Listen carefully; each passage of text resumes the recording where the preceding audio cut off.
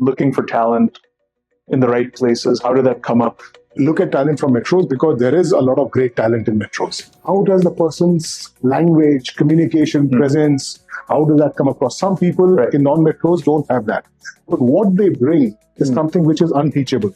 The hunger. What do you think kind of hiring outside of metros means for the country? I think we just lose sight of where real India is. And if we get more work, employment and quality of employment, I think as a country, we will move even faster. One thing that we see generally anyway in hiring is a lot of bias. Today, we are in a market which is still a buyer's market. As this happens, that bias won't go away. So how do you kind of ready the org? Recognize the bias, train the people. And it's very simple. It's about awareness more than training.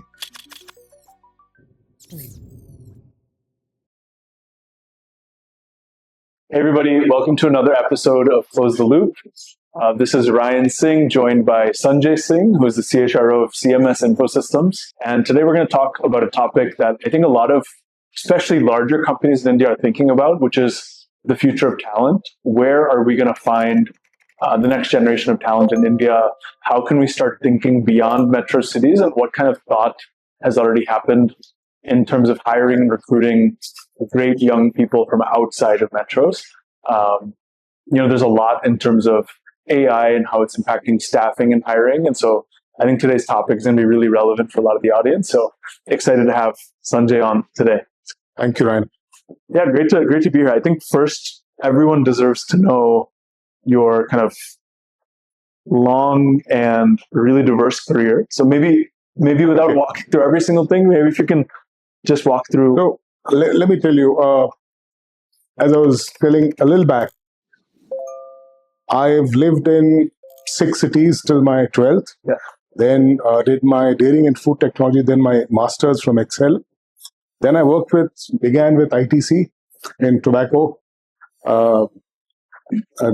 division. Then I worked with GE, Gillette, Whirlpool, and which is, first part was a lot of consumer and fair amount of manufacturing. Right. Then shifted out of that to Jubilant, which was a very interesting role. It was a global role for all the Jubilant, very pharma and chemical.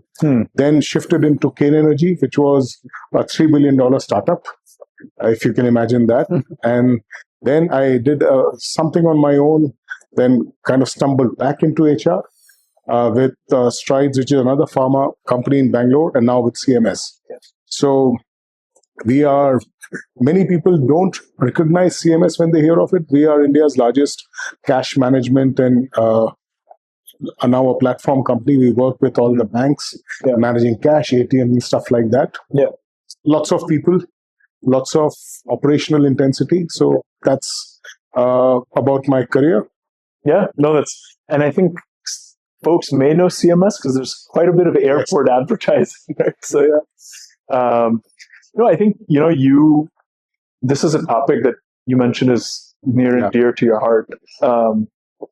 How did, I think, this idea of looking for talent in the right places, how did that come up in your career? So the way we look at, let me take with CMS as the context. Then I'll go to some other places. The idea is to get talent for the place where you need the job. Okay. Right. That's one part of it. The search for talent, war for talent, all that keeps happening. One of the advantages of our standard mindset is look at talent from metros because there is a lot of great talent in metros. Yeah. Okay. Without a doubt. Yeah. What happens is when you look at talent outside the metros, the perspective has to change. For example, if you talk to a lot of HR people, including me, one of the things, how does the person's language, communication, presence, how does that come across? Some people in non-metros don't have that. But what they bring is something which is unteachable. The hunger. Right. It is like, I was talking to a friend of mine, the MS Dhoni factor. You are from a small town like Ranchi, that fire in the belly, the kind of obstacles that you have overcome in life as compared to what you have in metro. It's not that they are not here, but there, for the same quality of talent, if you're a non-metro person in smaller towns, you have had to accomplish them. Yeah. So I think two factors. One is the drive and the uniqueness of the talent which they have. Then comes the part of how do you go about it. I mean, today there are various platforms which do that, but I think what we try and do, we use a lot of referrals internally for hiring and so on. Yeah. But let me pause here. I think it's new for a lot of companies, but there are entire Indian domestic companies, I think, who been this way from the start, right? Yes. Yeah.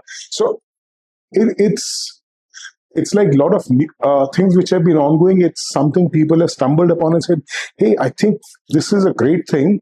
We should try it out. And as you try it out, most companies find that it makes sense. Much smaller cities is completely different. The availability of talent, the longevity of talent. But one thing which I think really differentiates is there's a particular joy a person gets of living in his or her own hometown or close by. Right. And the way we look at it in CMS is that if you are able to do that, you're doing three things. One, you're getting a talent who's fundamentally more satisfied. Right. A lot of factors which will prevent him or her to not move away from you. And third, there's a big social factor, like the World Bank report which says India need to spend $140 billion in the next 10 years for urban density will just double. And we know our infra is not going to match. So if we can have jobs which stay closer, it's like, the analogy of agriculture, local produce, get things from close by, get people from close by when you can. Right. So that's the thinking. No, I guess it makes sense because a lot of things in the world are moving to like a decentralized model, right? Whether it's decentralized manufacturing, 3D printing. No, I think that makes a lot of sense. And, I think on this topic, there have been some early adopters also, right? And would love to hear kind of your experience of what are some of those companies who you think have been able to do this well? And because it seems like lots more companies are now following this trend. So I'll tell you, I mean, one of the advantages of having a long career like mine is that I've seen some earlier companies. So manufacturing is what pioneered this because they were often there were factories in back or beyond places. So, and one thing which manufacturing usually does very well, which we also do in CMS is, and I should talk about that, is you get people from in different places. You've got to have a way for people to learn on the job. And if I come at this level doing a job A, tomorrow hopefully I go to job B, which is higher. What's the methodology you have that people learn and grow? That factor, which is relatively easier to do in the manufacturing sector because you got a factory there or the whole infra. How do you do that in a service sector? That's a big challenge. So manufacturing did that. A lot of the contact centers, which initially went from Hyderabad, Bangalore, and Gurgaon, they went to the Jaipurs and Indores, these kind of places. So that's a third. The other adopters who took this route have been the entire consumer selling, specifically in services like insurance, right? Okay, as the insurance started, people found, and you would know this better, that people found that there isn't enough people who are there in small cities and who need to have a career. So these agency models. Agency. I think it boils down to three things. One, do you have the ability to get the talent? Most crucially, is there a way you can grow that talent in your own method? And the good thing, and the third part for me is basically what's the mix that you will have. If you think of the talent whole thing as a mix of things, you'll have people from who are more local or who are in spread out places. Then you'll have people in urbans. How do you keep the mix flexible, mobile, and somewhat agile to meet your requirements as it changes every couple of or 3 years? I think the way that you elaborated the why, and I think with a lot of the evidence that companies are seeing with metro city salaries being high, kind of a war for talent, it seems like there's this arbitrage on talent, right, in other cities. So there's this value component. Then there's also, the folks who are living there, maybe it's not just a lower cost or whatever, but better lifestyle for them, right? Yes. So they'll be unlocked. So I think getting kind of folks sold on this idea makes a ton of sense, and we'll probably see it a lot more now. In terms of adopting this and really making it work, like the execution, right? One thing that we see generally anyway in hiring is a lot of bias, right? People are maybe prioritizing and preferencing the wrong things in hiring. I would assume that's, as this happens, that bias won't go away. So how do you kind of ready the org for right? Sorry, it's a fabulous question. I think the first part of bias is recognizing that it exists formally. And I think a lot of us who are responsible for hiring don't do that formally. So one of the things that we do is we tell our recruiting teams, which is not just folks in HR, but also hiring managers, don't look for people like and this is, and so on. For example, I know that I like a particular kind of people, and some kind of people I will instinctively say, no, not sure. Now I've learned over the years that if I see that profile, which is not my logical profile, I work a little bit harder to listen more and come to the right conclusion rather than my biased conclusion. So step one, recognize the bias, train the people. And it's very simple. It's about awareness more than training. Second is some very simple steps that where interviews are, like most companies, in English, in many places in operations, even for somewhat senior roles, I've had people to switch to vernacular.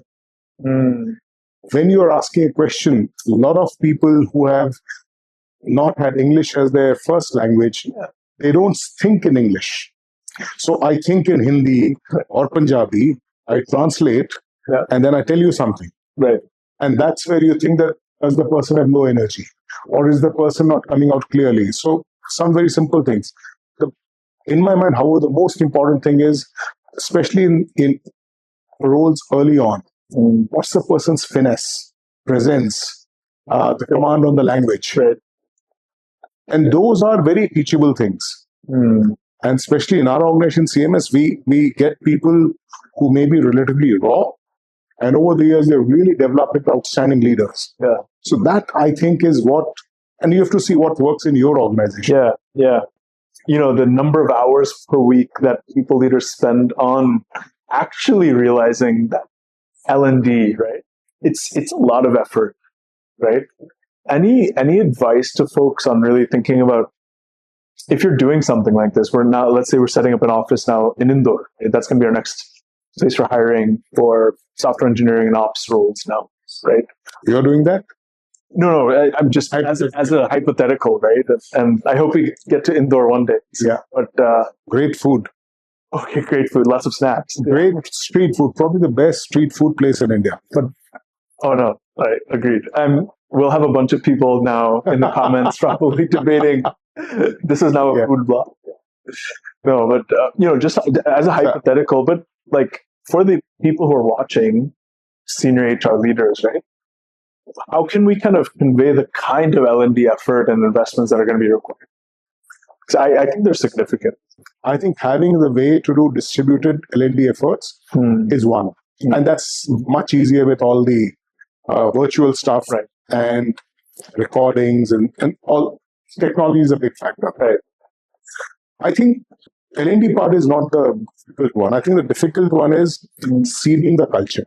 And who or which people will be the soul, right, or the carriers of the company. I think that's important in choosing the person, and this person should know this is his or her role. It's not just doing the ops. So that's the second part. The third is, I'm a big believer in there's theory also. People learn mostly from practice rather than classroom teaching. How do you monitor how people are growing? Simple performance conversations. Who are the people who are really racking up to be the next, if not stars, at least who are really doing well? Get the team right. Have somebody who's the culture carrier, who's what's the company all about. Have a method to train people, not just on the training side, but how do I develop on the job, monitor it, and get leadership visibility. For me, if we do this, I think that's a lot of the issues get sorted. Nice. I think that's a good framework that deserves to be in a blog post now. We should probably write that down and work on that. But you've seen so many places with so many offices. What works well? Like, what are some of the low-hanging fruits around creating that sense of leadership visibility? I think a couple of things which work well. Of course, most companies do town halls and stuff, which are usually one way or 1.25 way. There's some Q&A. Right. One thing which works well is if you have a bunch of people, the equivalent of a chai pe charcha or a lunch with the bright people. Right. So I know that at some point I get a chance to talk informal setting over a meal or just over a cup of coffee. And I think that's one. And having leaders to say, so what's going on? So what is it that you really like about the role? What's exciting? What's more casual touch points? Very casual. And what I've found that leaders who they find it more valuable.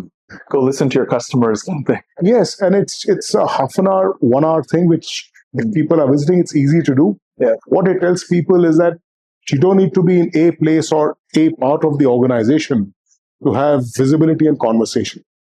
In some way, just like you said, I think post-COVID, a lot of people did move back to their hometowns outside of metros. And I think those folks now, 5-10 years down the line, will also say, hey, I want to spend the next 2 decades building an ecosystem here. I don't think you need to wait for 5-10 years. Let's look at the data. When we look at the typical millennial, or generation X, Y, Z, whatever you call them, the people who are just entering the workforce. What is clear across the world is people are looking for more meaning, they're looking for more choices, and they're looking for work which is more flexible, which works with them. Unfortunately, the stereotype is the urban millennial, which comes to our mind. Let's now look at, especially in India, the non-urban millennial. Okay, let's look at him or her. What is my mindset? If I want to have more choices, maybe my choice is I want to go to Mumbai or Bangalore or whatever.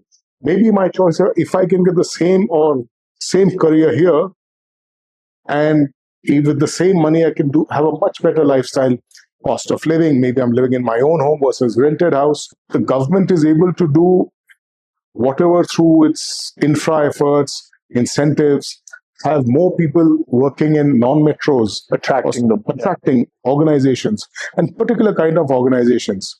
That will accelerate the process. But for me, the big thing is if my workforce entered, my employee is my customer. The employee who's entering my workforce today and the next 5 years, what's his or her mindset? That's a very stark thing. And today we are in a market which is still a buyer's market. Okay. The moment the market hits the seller's market, say 2 years down the line, this is going to really hit the proverbial roof. And I guess we kind of went through that cycle where there's the seller's market and early 2000s, right?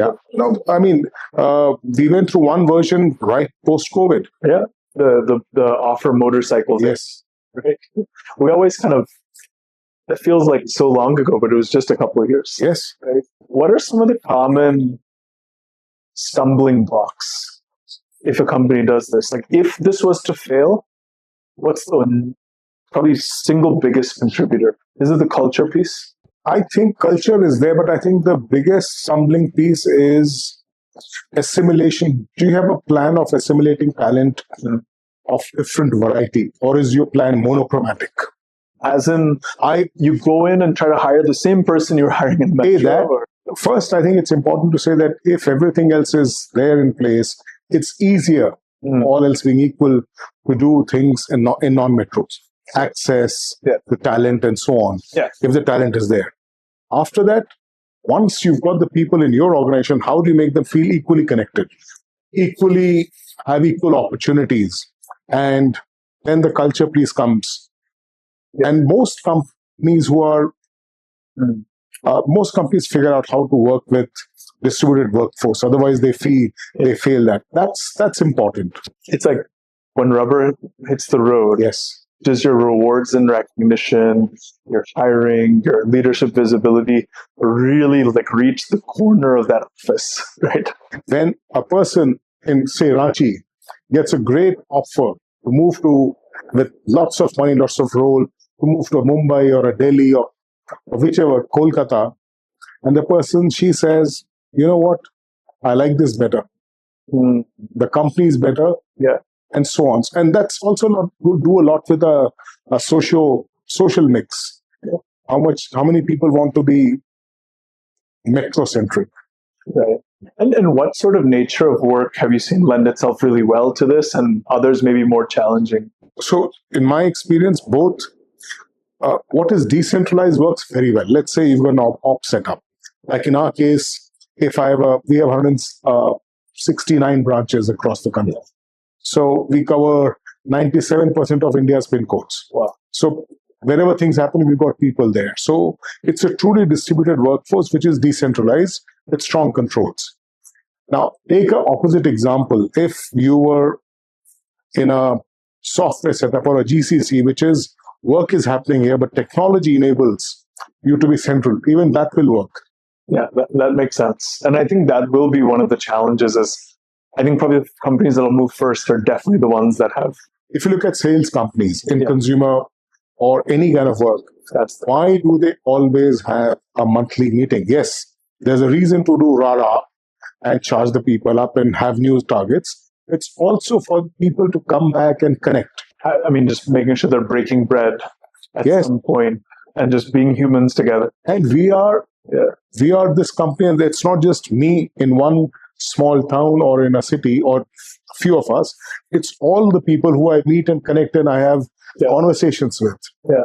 This wouldn't be a HR podcast in 2025 if I didn't ask about AI. So I think AI definitely has, implications on hiring, but what I really want to talk about is more, I think there's this feeling of insecurity now where companies also kind of don't know what the future of work may look like. So a lot of clarity and a lot of confusion. Yeah. Let's talk about the clarity first. I think that's what we need. Yeah. All of us need to become familiar with AI. Yeah. So simplest thing is whether you have Gemini, ChatGPT, play with it. Yeah. Ask dumb questions, silly questions. What can I do to, be better at this or learn this, learn that, or silly questions. Am I eating enough protein today? Yeah, lots on that. Yeah. So that's one part. I think the other thing which is important in AI is what I would call prompt engineering. Specifically, I was talking to and I am 57 years old. One of the things I've said that I must learn AI better than people who are 25 years old. And the good thing about AI is you should know what to ask. As an organization, I think in recruitment, the trick is how do you get AI to use? So we are doing a pilot with a few companies. I can contact maybe 30 people in a day. If I'm doing blue collar hiring. The bot can do 1,000 people a day. So therefore, what does my job change to? Right. I mean, screening. Therefore, I have to go completely change. So screening changes, then I have to move to higher level job. Right. And look at what therefore others are doing and what we are at a conversation with the team that if this works. So one of the things I said that, look, we're not going to cut people, but your jobs will shift. And what I asked them is that rather than getting people in the door and being my job's done, then you will be responsible for the onboarding. Because we hire 400 people a month for our workforce, and a lot of people leave also. Of course. So how do you, and there is the infant attrition as we call it. If you are the recruiter, the role may probably shift from getting people in to keeping them engaged as they get in. Yeah, so move down the value chain. In a couple of years, not too far, the HR department for all agentic AIs will be the IT function, which will be saying, okay, here's agentic AI, needs to be upgraded. This is not doing well. We need a different version. So there will be, the tech team becomes the HR function for the agentic AIs. I think that's the biggest thing. And if you look at how kids are learning Oh, yeah. AI, because they just play with technology. Yes. Yeah, I think that's amazing, and probably speaks a lot to, I think, your approach to leadership also, which kind of like lead from the front, servant leadership. Using since a sentiment centered AI for engagement, rather than looking at engagement surveys, which are so last century, which you do once in a year, you do all the analysis. This is instant.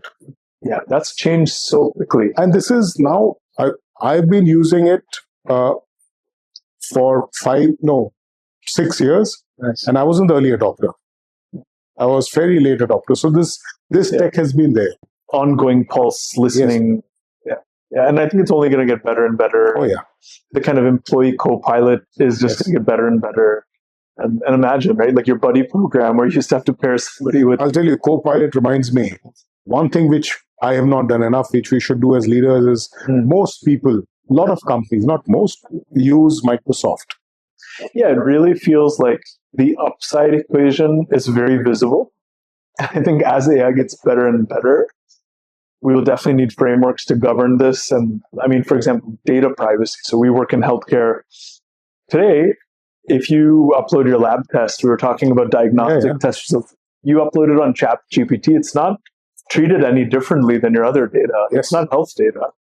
So I think some of these things we will need a much more top-down government and policy approach. But I think until then, these enterprise use cases feel like lots of. I don't see it being until then. The trouble with distributed technology, which has so many AIs and it has no boundaries. Yeah, it's going to happen. It will just happen. It's always on the fringe of what is regulatable. Yeah. So I think we are coming in, or we're already in a stage where there will be things which are beyond regulation. The moment you've made a regulation, things will kind of pop off the bubble. Like regulation is a lag indicator, right? It's a seriously lag indicator. Yeah. And the implementation of regulation is a different challenge. Right. So I think as a society, we are getting into a space where a lot of things we take for granted, data privacy, individual privacy, and data leakages, breaches, they, I suspect, unfortunately, will be more facts of life rather than a one-time occurrences. And we've got to get ready for it. You can't regulate that. It feels like, if anything, consumers and companies will have to come together to create some sort of ethics around this. I think it may happen slightly differently. They will come together, but it will happen, let's say you are a company, Ryan is a company, and it's doing a great job. People will say, look, I get a product from this company, but I will go there because your practices on this are better. And once that happens, other companies say there is a premium I'm willing to pay for a company which has those practices. So companies and society shifts because of attraction or repulsion. Attraction is better profitability, so I'll do that. Regulation can't do that. So, and I think with the consumer being more vociferous, with lots of platforms to say that, I think that will be it'll be a more liquid marketplace. Yes, it will be the catalyst where if I'm as a company which is doing a great job on such things, people will talk about it. Or I'm doing a real terrible job and people are talking about it. The vote of the consumer is more and more powerful as life goes on. Yeah, I think that makes sense. The regulator will come, but that will be a heavy fist. What do you think kind of hiring outside of metros means for the country, and what's like your vision for what this could mean for local communities?